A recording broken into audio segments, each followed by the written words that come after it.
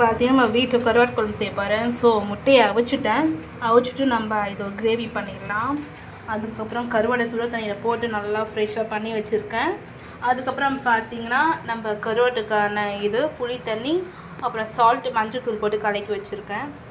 இதெல்லாம் ரெடி ஆகிடுச்சு. இப்போ பார்த்தீங்கன்னா நம்ம தாளிப்பும் பண்ணியாச்சு. வெங்காயம், தக்காளி, பூண்டு, சீரகம், மிளகாய் போட்டு நல்லா கலவையும் ரெடி ஆகிடுச்சு. இதுக்கப்புறம் மிளகாத்தூள் போட்டு புளி தண்ணி ஊற்றிட வேண்டியதான். அது கொதிச்சிட்டோன்னே நம்ம கருவாடு போட்டுடலாம்.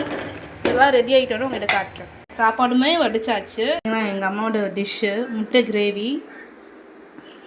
ஃபஸ்ட்டு ஓல்ஸ் மாதிரி போட்டுக்கிறாங்க.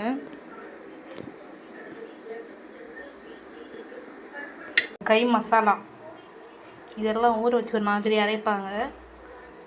தவார எண்ணெய் ஊற்றியாச்சு.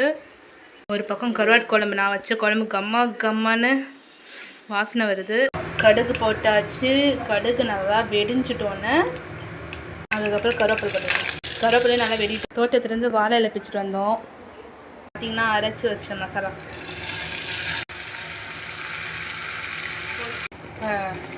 நல்லா வதக்கிடலாம்.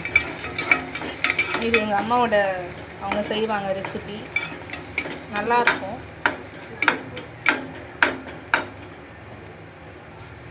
இது நான் தான் செய்கிறேன். தேவையான அளவு சால்ட்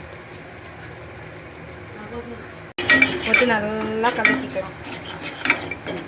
இந்த ரெசிபி வேணும்னா கமெண்ட் எக்குன்னு சொல்லுங்கள். நான் இது எப்படி செய்கிறது உங்களுக்கு போஸ்டரே பின் பண்ணுறேன். எண்ணெய் வேணால் நீங்கள் ஊற்றிக்கலாம்.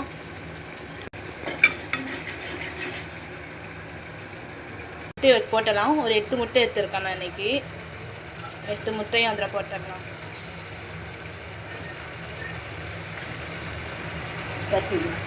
பார்த்தீங்கன்னா இதை பிரட்டி விட்றேன். பார்த்துட்டு ஆகிட்டுங்க முட்டை உடையாமல்.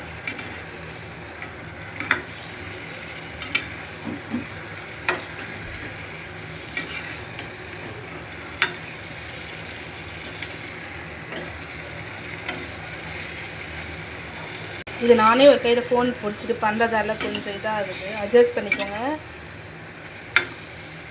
இது நல்லா இந்த மசாலா கத்தியெல்லாம் நம்ம இது பண்ண பார்த்தீங்களா, கிழிச்சோம் பார்த்தீங்களா, மசாலா நல்லா உள்ளே போகும். கருவாட்டு குழம்பு ரெடி ஆகுது. இப்போ இது செஞ்சுட்டு நான் லாஸ்ட்டாக காட்டுறேன். நமக்கு கருவாட்டு குழம்பு ரெடி ஆகிடுச்சு, மசாலாமே ரெடி ஆகிடுச்சு. வாங்க படையப்பட்டு பார்த்தீங்கன்னா கருவாட்டு குழம்பு வித் ரைஸ் ரெடி ஆகிடுச்சு. அப்புறமா பண்ண head gravy. See in another video. Bye bye.